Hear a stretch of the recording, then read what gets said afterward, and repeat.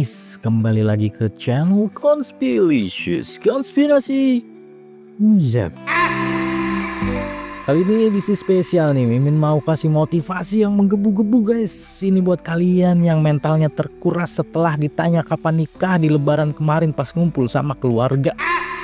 Share video ini ke orang yang nanya nih, langsung aja ke poinnya guys. Pernah gak sih kamu ngerasa semua orang di sekitarmu tuh mulai masuk ke fase hidup baru, menikah, punya anak, nyicil rumah? Lalu tiba-tiba muncul pertanyaan sakral dari keluargamu, kayak kapan nyusul?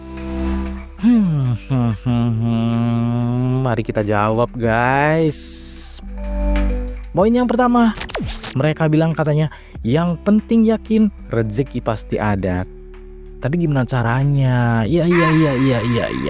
Iya, semua rezeki sudah diatur Tuhan, itu betul.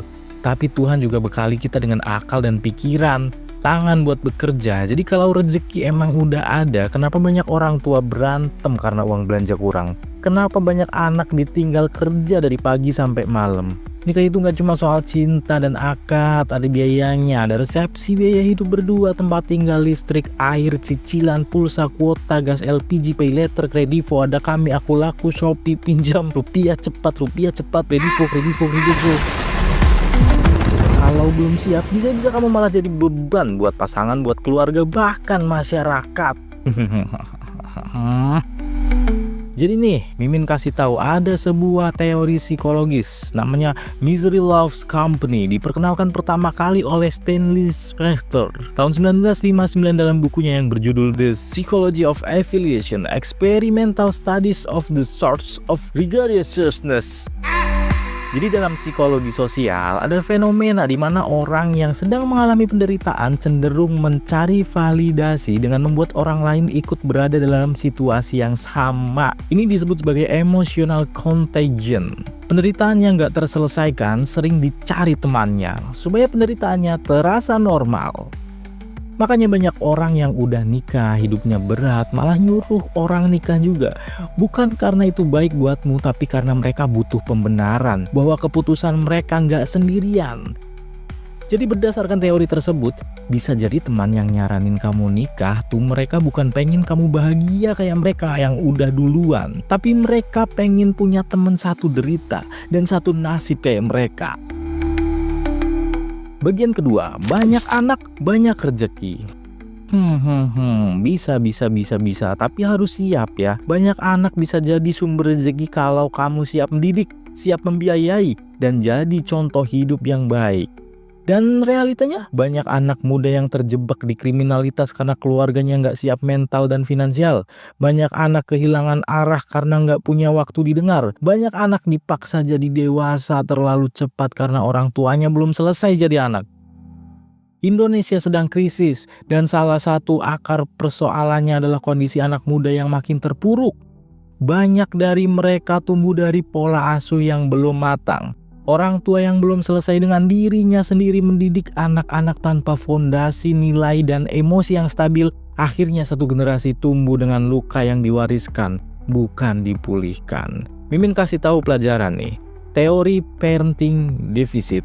Banyak peneliti menyebut istilah ini untuk menggambarkan kondisi ketika orang tua tak memiliki kapasitas emosional dan pengetahuan cukup untuk membesarkan anak secara sehat. Psikolog Geber Maid menyebut bahwa banyak trauma anak ini berasal dari unhealed parents. Orang tua yang gak pernah menyembuhkan lukanya sendiri. Jadi gimana?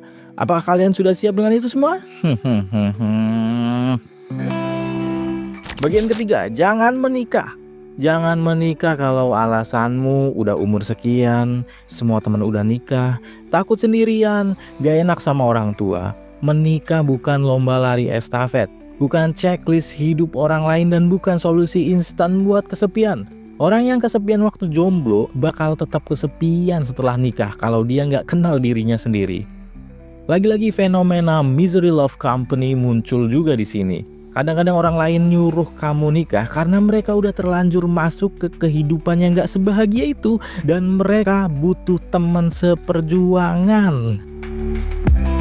Yakinkan dirimu kamu lagi berada di jalan yang benar. Mungkin kamu belum nikah, tapi kamu nggak nyusahin orang. Kamu bangun finansialmu sendiri, kamu belajar jadi versi terbaik dari dirimu dulu, dan itu nggak semua orang mampu.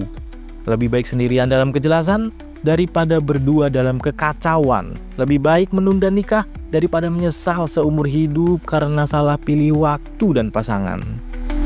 Contoh-contoh di negara maju, kenapa mereka nggak nikah seperti Jepang, Korea Selatan, Jerman, Swedia, semua menunjukkan tren yang sama. Bahkan generasi mudanya memilih untuk tidak menikah atau menunda. Kenapa? Karena biaya hidup yang tinggi, tekanan kerja besar, ketidakpastian ekonomi, ingin kebebasan dan waktu untuk sendiri, prioritas pada karir, kesehatan mental, dan eksplorasi hidup. Dan mereka semua nggak merasa gagal kok. Karena di sana pilihan untuk sendiri dihargai sebagai bentuk tanggung jawab personal. Karena bukan cincin yang bangun fondasi hidupmu.